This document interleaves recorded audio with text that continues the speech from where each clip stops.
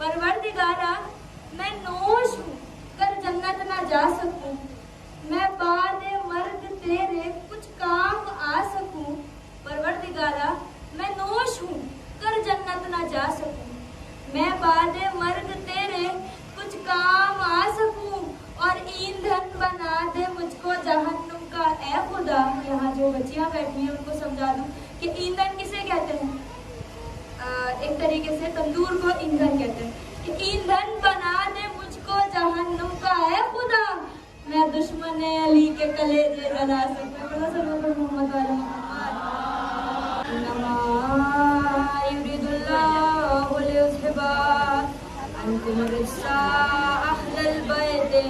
वयुत्ताहिरकुम तत्हीरा।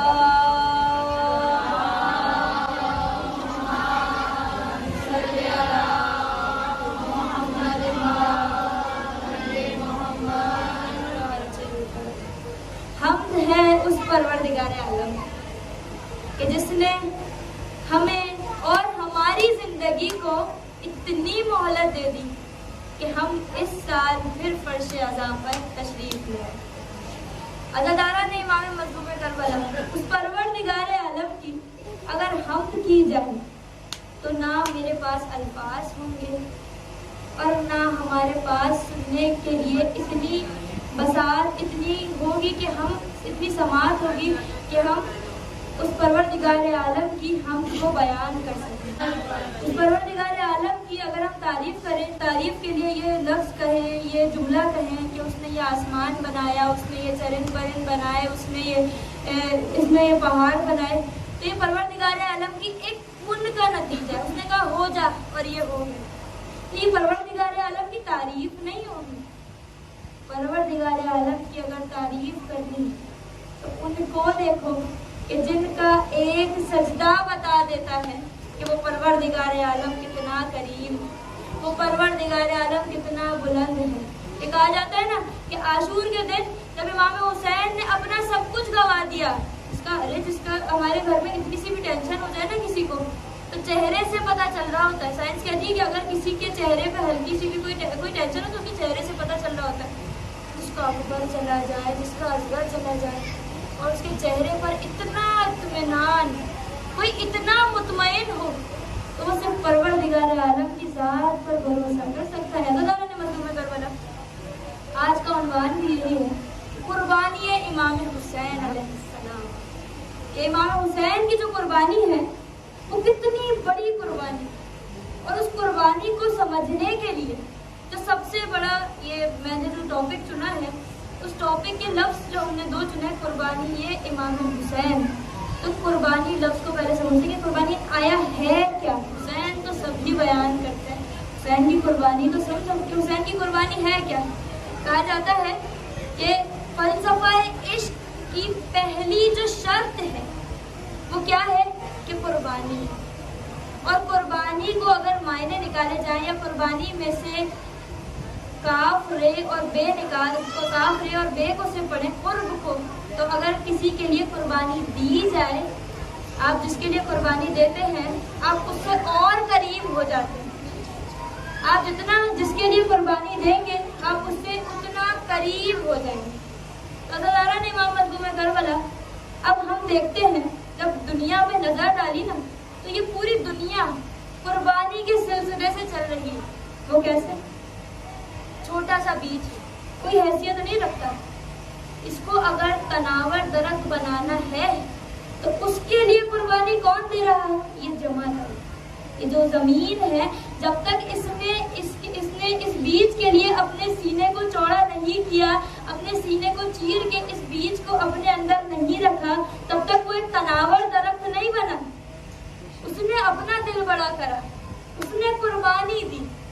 फिर उसके बाद जब जमात ने कुर्बानी दी और वो तनावर दरख्त बन गया, तो फिर वो नबातात में कन्वर्ट हो गया। अल्लाह ने इमाम मज़लूम करबला थोड़े से सोचने वाली बात है कि जब वो तनावर दरख्त बन गया तो वो अब किसके लिए कुर्बानी देगा। उसने कुर्बानी दी जानवरों के लिए। वो क्या कुर्बानी दी, जब तक उसने उस जानवर ने उस दरख्त को, उस पत्तों को नहीं खाया तो वो जिंदा कैसे रहता। उसने कहा मुझे खा लो, मैं जिंदा رہوں نہ رہوں، مجھ سے بڑی جو مجھ سے بڑی چیز ہے وہ تو زندہ رہے نا۔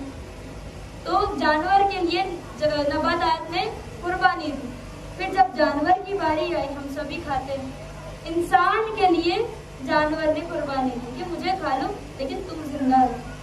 اب جب انسان کی باری آئی تو انسان کی طرف سے کون قربانی دیتا؟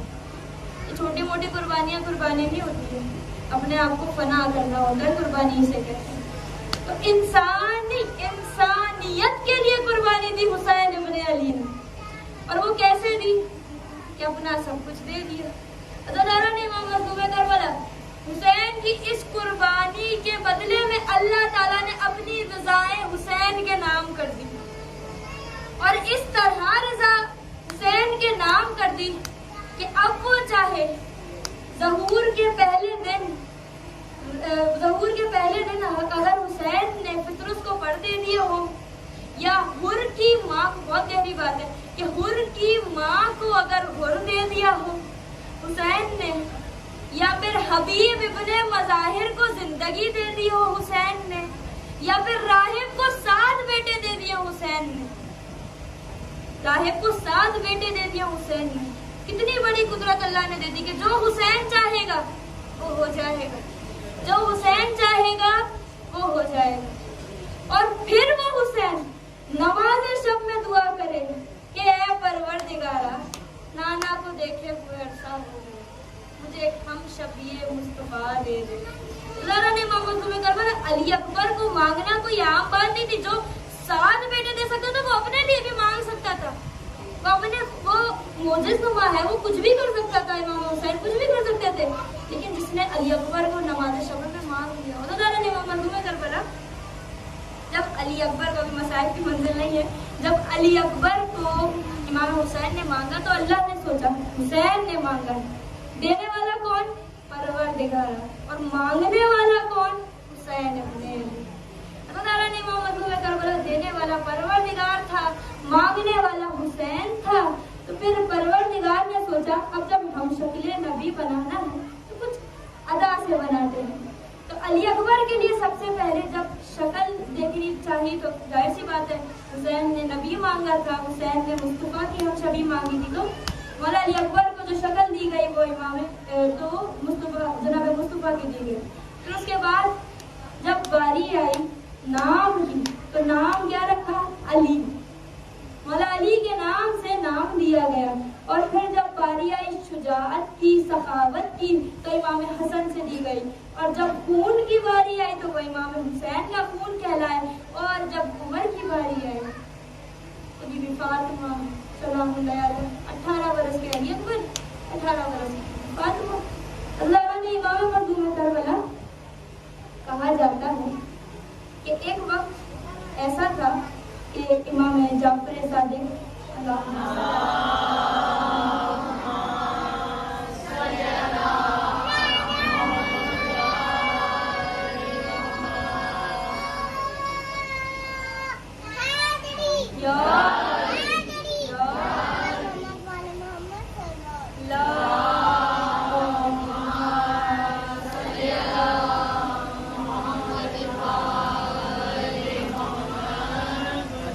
جعفر صادق کے پاس ایک شخص آیا، ایک مسئلہ آیا، اور اس مسئلے میں کیا تھا کہ ایک اونٹنی تھی اور اس کے دعوے دار 2 تھے، ایک اونٹنی اور اس کے دعوے دار 2۔ اب مولا نے سوال کرنا شروع کیا کہ ذرا مجھے یہ بتاؤ کہ اس کی کوئی ایک ایسی نشانی ہو تو میں پتہ کر لوں کہ کون مالک ہے، کوئی ایک ایسی نشانی ہو جو تم لوگوں میں سے اصل مالک بتا سکے۔ تو اس کا جو اصل مالک تھا نا، اس نے بے ساختہ بولا مولا بھلے اسے ذبح کر دیں، اس کے کلیجے پہ، اس کے سینے پر ایک کالا دھبا ملے گا۔ کیا ملے گا؟ نہیں تو توجہ کریں، ایک کالا دھبا ملے گا۔ تو مولا نے پوچھا وہ کیسے؟ کہنے لگا کہ میں نے اس کی آنکھوں کے سامنے اس کے بچے کو ذبح کر دیا، اس کا دکھ اس کے سینے پہ لکھا۔ مزدارہ نے امام مظلوم کربلا حسین کی شب کی نمازوں کا سمجھا علی اکبر، کوئی آسان بات نہیں ہے۔ अली अकबर जैसे को खोना। अल्लाह ने इमाम अबू बकर बता, अगर बचपन अली अकबर का देखे ना तो बचपन में जब अली अकबर उठनियों चला करते थे ना, तो एक बाप अली अकबर के आगे बढ़ने से पहले जमीन से खार को हटा रहा होता था, जमीन से खार को हटा रहा होता। मेरा बच्चा बड़ा नाजुक है, अरे मैंने सबकी नमाजों में मांगा है। अली अकबर के मसाइब पढ़ना कोई आसान बात नहीं है। अल्लामा इरफान रावती कहते हैं कि जब जनाबे अली अकबर के मसाइब अगर कोई पूरे पढ़ते ना तो उसकी जिंदगी नहीं रहती है।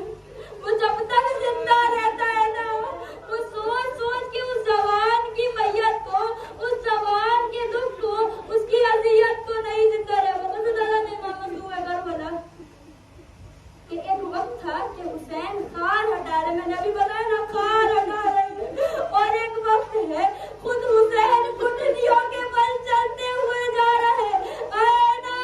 अली अकबर, मेरे अली अकबर कहाँ? और दादा ने इमाम मजलूम में करबला यहाँ पर रुककर मैं एक बात कहूंगी कि कोई इंसान के पास अगर ज़रो दौलत ना हो ना, वो तब भी गरीब नहीं कहलाता। गरीब वो तब कहलाता है कि जब वो ज़ईफ हो और जिंदा रह जाए, और बेटा जवान हो और जवानी में मर जाए। ने इमाम मजलूम में करबला हुसैन कहते जाते हैं, आना अली अकबर मुझे कुछ दिखाई नहीं देता, अली अकबर मुझे आवाज दो। अरे गुर्बत का तो ये आलम है कि अपने बच्चे के कातिलों से हुसैन तड़प कर कहते हैं, अरे आंखों से सूझता नहीं कुछ मुझ दिल मलूल को, आंखों से सूझता नहीं मुझ दिल मलूल को, ऐ जालिमों दिखा दो शबीह रसूल को। अज़ादारा ने इमाम मजलूम में करबला हुसैन पर ये वक्त भी आया कि अपने बेटे को देख कर भी हुसैन पूछ रहे हैं कि तेरे जैसा ही उसका सीना है। अरे मेरे अकबर को नहीं देखा है। अली अकबर के पास पहुंचे, अली अकबर मैंने सुना है कि जालिम ने तेरे सीने पर छी मारी है। यहाँ पर हुसैन का सबर और अली अकबर की बात को सुनना।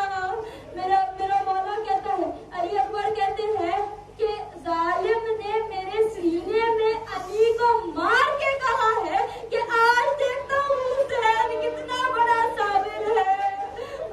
ने इमाम मजलूम में करबला साबिर के सब्र का इम्तिहान है। एक हाथ ज़मीने करबला में रखा, एक हाथ उस अली में रखा, और मेरा मौला तड़प कर कहता है, ए बाबा अली, खैबर का घर उखाड़ना आसान है, अरे जवान बेटे के सीने से बच्ची निकालना। अज़ादारा ने इमाम मजलूम में करबला अब जो बच्ची का बेचना था, अरे जवान बेटा अपने ही खून में। अज़ादारा ने इमाम मजलूम में करबला अली अकबर की लाश को उठाया हुसैन ने, सारी ताकतों को समेट कर या